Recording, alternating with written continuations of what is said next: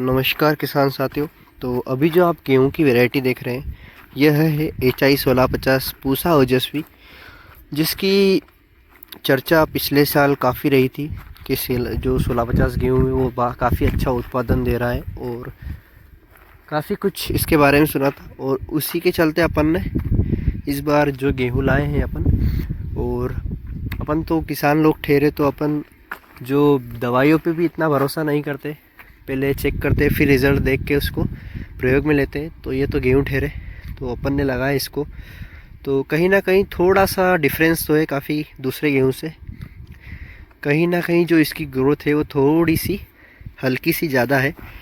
अपन ने पास में जो 67-68 गेहूँ भी लगाया है, पूर्णा है, तेजस है और लोकवन भी है, और सभी की जो मिलती जुलती तारीखों में भी हमने इसको बुआई करी थी और इसका खेत पूरा हरा हो चुका है, भर चुका है।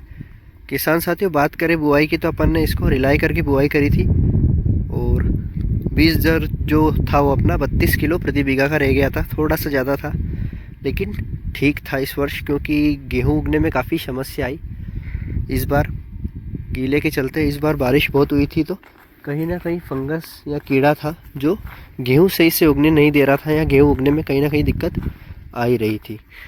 और गेहूं आप देख सकते हैं कैसे क्या लग रहे हैं, वीडियो में ज़रूर बताएं मुझे। तो अपन इसकी विशेषताएं की बात करें तो इसकी क्या क्या विशेषताएं हैं और कैसे क्या रिज़ल्ट पिछले साल इसने दिया था किसानों को और इस साल कैसे के रिज़ल्ट रहने वाला है। तो किसान साथियों, सबसे पहले बात करें तो अगर हम रिलाई करके बुआई करते हैं तो इसमें जो गुल्ली डंडा, सोयाबीन और जो अन्य खरपतवार जो उगते हैं वो बिल्कुल भी नहीं उगते रिलाई करने के बाद। देख सकते हैं खेत बिल्कुल साफ़ है और अभी ये गेहूं जो है वो है 13 दिन की स्थिति में, और अपन इसकी सिंचाई करेंगे 21 या 22 दिन के बाद। जब 22 दिन के पूर्ण रूप से हो जाएंगे, इसकी उम्र 22 दिन की हो जाएगी, फिर अपन इसकी सिंचाई करेंगे। और एक और स्थिति देख सकते हैं, जब 3 कल्ले इसके फूट जाएंगे तब अपन इसकी बुआई करेंगे। कहीं ना कहीं ये 2 कल्ले की स्थिति में है तो अपन इसके 3 कल्ले हो जाएंगे, फिर अपन इसकी सिंचाई करेंगे। और वो इसलिए क्योंकि अगर कल्ले अच्छे से निकल जाएंगे तो फुटाव अच्छे करेगा और उत्पादन अच्छा देगा। किसान साथियों, गेहूं के लिए जो सबसे महत्वपूर्ण दिन है वह है 15 से लेकर 35 दिन तक सबसे महत्वपूर्ण दिन होते हैं गेहूं के लिए। अगर इसमें आपने सही ढंग से इसका रख रखाव कर लिया और जो गेहूं में कमी रहती है वह परिपूर्ण कर दी, तो आपका गेहूं जो उत्पादन देगा उससे कहीं ज़्यादा अच्छा उत्पादन दे सकता है। बात करें जो हमारी हल्की काली मिट्टी में, तो ये मिट्टी थोड़ी सी भारी होती है और इसीलिए हम 20 से 22 दिन के अंतर्गत में इसकी सिंचाई करते हैं, क्योंकि एक बार ये पानी लेने पर इसमें जब अच्छे से सूखने में इसको 15 से 16 दिन आराम से लगते हैं। और सूखने के बाद अगर हम सिंचाई करेंगे तो कहीं ना कहीं इसमें जो पीला फंगस आता है वो बिल्कुल भी नहीं आएगा। किसान साथियों, आप जो क्यारी देख रहे हैं ये क्यारी 7 फीट की है, 7 से 7.5 फीट की क्यारियाँ बनाते हैं और इसमें कहीं ना कहीं अपने पानी भी बच जाता है और खेत भी बच जाता है। अगर हम 6 फीट या 5 फीट की क्यारी बनाते हैं तो खेत में क्यारियाँ हो जाएगी और उत्पादन हम कहीं ना कहीं कम निकलेगा। अगर आप बड़ी क्यारी बनाएंगे तो पानी सिंचाई में भी अच्छी होगी और उत्पादन भी कहीं ना कहीं अधिक निकलेगा। और ऐसी बात नहीं है कि क्यारी पे गेहूँ नहीं है, क्यारी पे भी गेहूँ आराम से निकल रहे हैं। अभी समय लगेगा, 2 से 3 दिन में पूरे बाहर हो जाएंगे।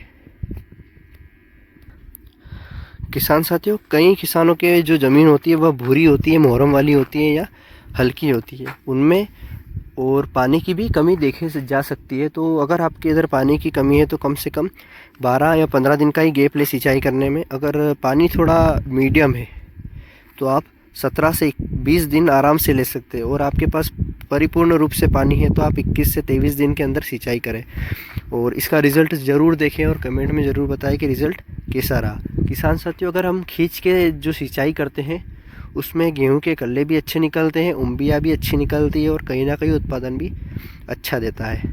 और अगर हम गेहूँ गीला के गीला रखेंगे तो उसमें हमें फंगस या जो दूसरी कीड़े देखने को मिलते हैं वो हमेशा देखने को मिलते ही रहेंगे। इसलिए थोड़ा सा खेत सूखने दें और फिर सिंचाई करें।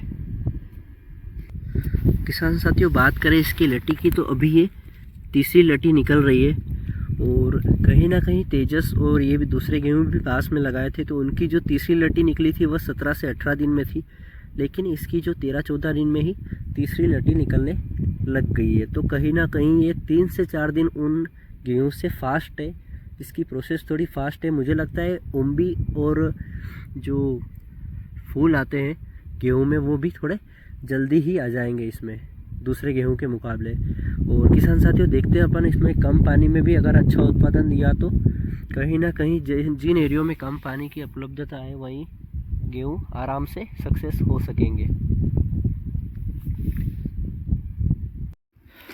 और किसान साथियों, इसकी जो प्रतिरोधक क्षमता है वह भी ठीक है और जो उपजाऊ क्षमता है वो भी दूसरे गेहूं से अच्छी है। और कहीं ना कहीं अगर हम गेहूं बुआई में लेट हो जाते हैं या कहीं ना कहीं हम जल्दी लगा देते हैं, बारिश अगर जल्दी खुल जाती है तो अक्टूबर एंड में जब बुआई कर देते हैं तो ये गर्मी सहन करने में भी अच्छी क्षमता रखता है।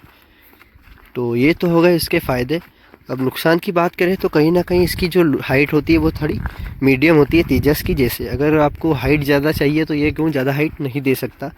और किसान साथियों के जो कई किसान होते हैं उनके जो खेत होते हैं वो पहाड़ों पर होते हैं, पथरीली ज़मीनों पर होते हैं, तो उनकी जो हाइट होती है पहले ही इशू कम होते हैं क्योंकि उधर गेहूँ की हाइट नहीं बढ़ती, लेकिन इन एरियो में अपने इधर अच्छी हाइट हो जाती है। किसान साथी, इसकी हाइट नहीं बढ़ती इसका मतलब ये नहीं कि ये गेहूँ अच्छा नहीं है, गेहूँ काफ़ी बढ़िया है। और इसकी एक बेस्ट चीज़ जो है वो है नीचे नहीं गिरते और उत्पादन अच्छा देता है। इसी की लाइन में तेजस भी है जिसकी हाइट ज़्यादा नहीं बढ़ती और वो आड़ा नहीं गिरता। और किसान साथियों, कहीं ना कहीं ठंड अच्छे से चलने लग गई है, उसी के चलते गेहूँ भी अब जल्दी से बड़े होंगे और कहीं ना कहीं इसकी ग्रोथ फास्ट हो जाएगी। क्योंकि कई बार गर्मी ज़्यादा गिरती है तो उससे गेहूँ ख़राब हो जाते हैं, लेकिन इस बार ठंड अच्छी चालू हो चुकी है, उसी के चलते गेहूँ की जो ग्रोथ है वो भी अच्छी हो चुकी है। अब जैसे ही 21-22 दिन होंगे इस गेहूँ के, अपन यूरिया डाल के इसी की सिंचाई कर देंगे। और यूरिया से नाइट्रोजन की जो इसमें थोड़ी कहीं ना कहीं कमी रह जाती है गेहूँ में, वो पूर्ण रूप से कंप्लीट हो जाएगी। किसान साथियों, ऐसी वीडियो के लिए बने रहें और लाइक कमेंट ज़रूर करें।